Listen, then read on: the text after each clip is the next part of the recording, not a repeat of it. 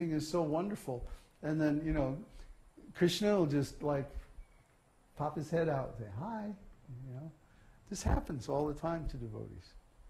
So we know that Krishna is real. Why? Because he reveals himself.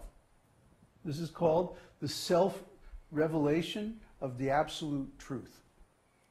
In my books, I've written about this process. And that's what I call it. That's my little phrase. Huh? But that's what it means.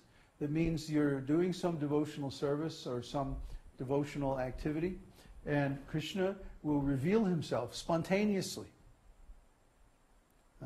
It's not like you think, oh, now I'm going to see Krishna. No. But all of a sudden, Krishna reveals himself. So this is the self-revelation. Oh, mosquito? Yeah. Oh. Self-revelation of Krishna. Only Krishna can reveal himself. We can't forcibly see Krishna. We can't say, okay, now I'm going to see Krishna, and then we go, no. No.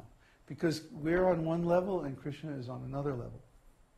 We're still conditioned, we're still in material consciousness, we still have some anarthas, means unwanted things. Maybe not gross sinful activities, but subtle things like pride and anger and, you know, different things like that.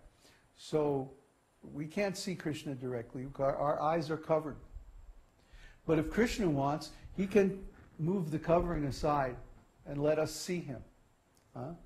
And when he's pleased with us, he's going to do that. You know, I'm speaking from experience here. This isn't just theory. I'm not just trying to like convince you so that you'll, you know, do some devotional service or something, although that would be good for you.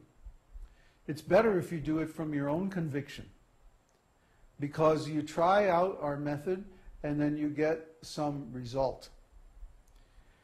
Krishna is known for something called Ajnata Sukriti. Ajnata Sukriti means unknown pious activities. Everyone has some unknown pious activities in their previous life. So when they first come in contact with the esoteric teaching, they experience the results of these pious activities. The result is that they get to contact devotees.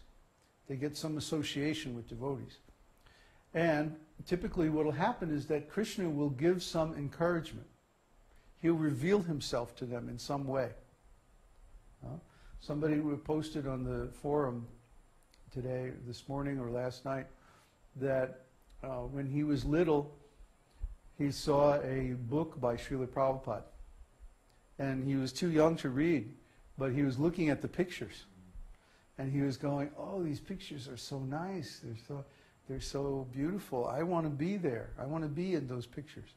And now he's come in contact with the devotees through our website. So something very similar happened to me. I was walking in New York, and I saw Srila Prabhupada and the devotees chanting in Tompkins Square Park. And I didn't know what to make of it, you know. I was reading books on yoga and stuff like that, but I had no background to understand what they were doing. So I just looked for 5 minutes or so, and then I went on to where I was going. But a few months later, I got a chance to go out to California, and I did it. And I wound up living 2 blocks from the temple. So of course I came in contact with the devotees, and one thing led to another, and here we are. So Krishna rewards our past pious activities with some association with devotees. And then what we make out of that association depends the next step. So if we come into contact with devotees somehow or other, and we respond positively to them, we don't make an offense, then we go to the next step. More association, or closer association. And then at some point, we start to study the science of the esoteric teaching. We start to become maybe more closely associated with the devotees, start to build a relationship. Then at some point we start to consider that actually I'm a devotee. And we start to identify with being a devotee. And that's when things really start to move. And then sooner or later we start to attain different stages of self-realization and on like that. But this process is all dependent on our pious activities. In other words, I'm not doing anything to you. I'm not, because I put up a website and somehow you entered some search term and you found our website and you came there and like that. It's not that I'm doing that to you. No, it's Krishna's arrangement because of your past pious activities. See? I'm just serving Krishna. I'm just serving my spiritual master. I'm putting the message out there. It's like a fisherman. You know, fisherman throws a net. He doesn't know where the fish are. He can't see. And similarly, I don't know who's a devotee and who's not a devotee. It's impossible to tell from the outside. Only Krishna knows. So we throw the net. We put the website out there. And then we see who lands in it. And when they land, and we do our best, you know, to pull them in. Unless it's a bad kind of fish, you know, then we throw it out. Oh, this one's no good, then we'll throw it back. This one's it's too small, it's not ready yet. Throw it back. Or whatever. So this is how we preach. And this is the game. I mean, this is the activities of any preacher. Right? We have some realization. But that doesn't mean that we're all cognizant. Or we don't know everything. We just know what we need to know to do our service for Krishna.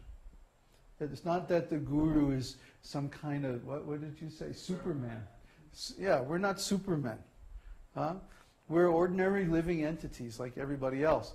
The difference is we took the knowledge from Krishna, and so Krishna is revealing more to us. See? He says, Ye yata mang prapadyante. As they surrender unto me, I reward them accordingly. So the more we surrender unto Krishna, the more he reveals himself. The more he reveals all kinds of knowledge that we need to know.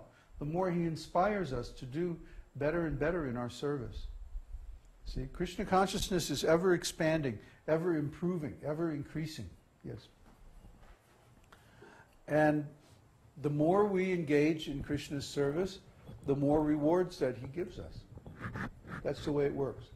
If we're not getting rewards, then we have to understand when we're making some offenses, either to the holy name or to the devotees, or we misunderstood something.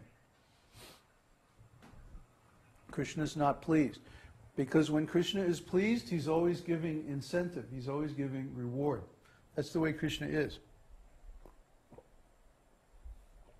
Ye yata mang prapadyante. Krishna is not static. Krishna is dynamic. And he stays constantly in touch with his devotees. Krishna knows everything that's going on. So as soon as we do something that pleases him, he'll reward us. I mean, literally, within seconds. And over a longer span of time, you can see how when you went closer to Krishna, that he came closer to you. And if you went away, then he would go farther away.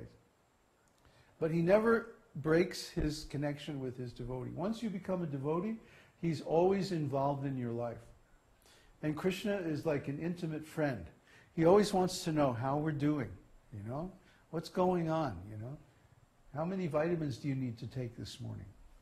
He's intimately involved in everything. You can ask Krishna, you know? What do I need to do now? What's the best thing? What should I do? What would please you the most? And he'll respond. He'll direct your intelligence to a certain thing. He'll show you. This happens to us all the time. There's just too many examples for me to even think of. Because to me, it's just like an ordinary daily thing. It happens all the time. Krishna is directly involved in our lives. So I always consult with Krishna. Or Prabhupada. I'll pray to Prabhupada. You know, what should I do now? What's the next step? And Krishna will reveal it. We have that faith. And so far, by following our faith, things have developed very nicely. And I was saying just the other day that I'm more happy now than I've ever been in my whole life. 62 years old almost. Yeah, I should be like, if I, my parents at this age, they were like dying. You know? Really, they were dying. They were depressed. They were like, life sucks. And, But I don't feel like that at all. I feel like, oh yes, this is real life. This is the real life. This is we finally got there. And for me, see, for the devotee, everything is reversed. For me, my youth and all of that, it was horrible. It was almost unbearable. Because everybody was putting me on that bodily platform all the time. Oh, you're just this body, you're just this body.